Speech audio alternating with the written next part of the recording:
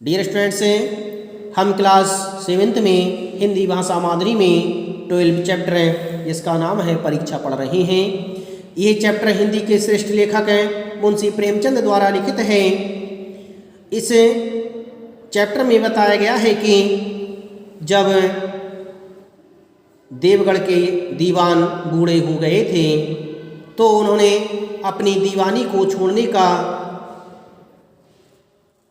मन बनाया और उन्होंने महाराज से कहा कि अब मैं इस पद को सुशोभित नहीं कर सकता। तब महाराज ने कहा कि ठीक है, आप किसी अच्छे दीवान को तलाश करके मुझे दे दीजिए। इसके बाद पत्रों में समाचार प्रकाशित करा दिया गया कि एक अच्छे दीवान की आवश्यकता है।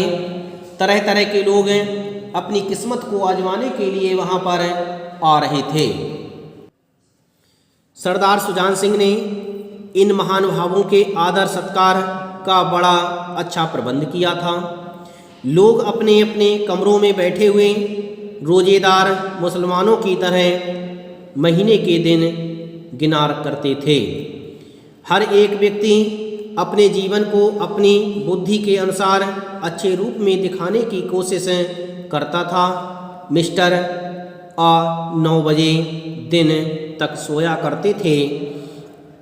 आजकल वे बगीचे में टहलते हुए उषा का दर्शन करते थे। मिस्टर बा को हुक्का पीने की लत थी, पर आजकल बहुत रात गए किवाड़ बंद करके अंधेरे में सिगार पीते थे। मिस्टर शाह दा और जा से उनके घरों पर नौकरी की नाक में दम था, लेकिन ये सज्जन आजकल आप और जनाब के बगैर नौकरों से बातचीत नहीं करते थे। महाशय का नास्तिक थे, हक्सले के उपासक, मगर आजकल उनकी धर्मनिष्ठा देखकर मंदिर के पुजारी को पदच्युत होने की शंका लग रही थी। पदच्युत उसे कहते हैं कि पद से हट जाना। पद की चिंता लगी हुई थी। मिस्टर ला को किताबों से घृणा थी, परंतु आजकल वे बड़े बड़े ग्रंथ देखने पढ़ने में डूबे रहते थे। इस तरह से जो जिस कार्य को नहीं करता था, परंतु दीवानी की नौकरी प्राप्त करने के लिए वह भी उस कार्य को कर रहा था। जिससे बात कीजिए वही नम्रता और सदाचार को देवता बना मालूम देता है। शर्मा जी बड़ी रात से ही वेद मंत्र पढ़ने लगते थे। मौलवी साहब को नमाज और तलावत के सिवा और कोई काम ना था। डियर स्टूडेंट्स, तलावत का अर्थ है मंत्रमुग्ध, अर्थात सभी आत्मचिंतन में लगे हुए थे।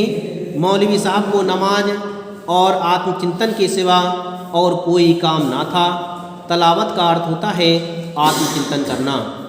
लोग समझते थे कि 1 महीने का झंझट है, किसी तरह काट लें, कहीं कार्य सिद्ध हो गया तो कौन पूछता है। इस तरह से सभी आत्मचिंतन में लगे हुए थे। लेकिन मनुष्यों का वह बूढ़ा जौहरी आड़ में बैठा हुआ देख रहा था कि इन बगलों में हंस कहाँ छिपा हुआ है। वह दीवान उन बगलों में हंस ढूंढ रहा था। उसे एक अच्छे दीवान की आवश्यकता थी, इसलिए छुप करके वह सभी पर नज़र रखे हुए था। एक दिन फैशन वालों को सूझी कि आपस में हॉकी का खेल हो जाए। ये प्रस्ताव हॉकी के मजे हुए खिलाड़ियों ने पेश किया। यह भी तो आखिर एक विद्या है, इसे क्यों छुपा रखें। संभव है कुछ हाथों की सफाई ही काम कर जाए।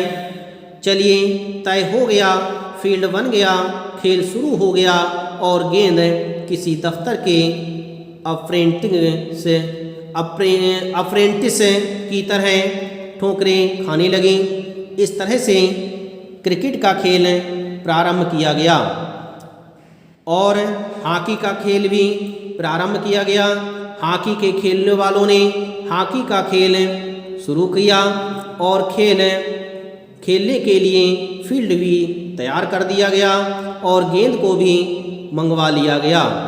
इस तरह से रियासत देवगढ़ में ये खेल बिल्कुल निराली बात थी। पढ़े लिखे भले मानस लोग शतरंज और ताश जैसे गंभीर खेल खेलते थे। दौड़ धूप के खेल बच्चों के खेल समझे जाते थे, परंतु इस तरह के खेल वहाँ पर खेले जा रहे थे। इस तरह के खेल पहले देवगढ़ में कभी नहीं खेले गए। पढ़े लिखे लोग शतरंज और ताश तो खेल लेते थे, परंतु दौड़ना भागना ये बच्चों का खेल माना जाता था। इस तरह से वहाँ पर विभिन्न प्रकार के नए खेल भी प्रारंभ हो गए थे।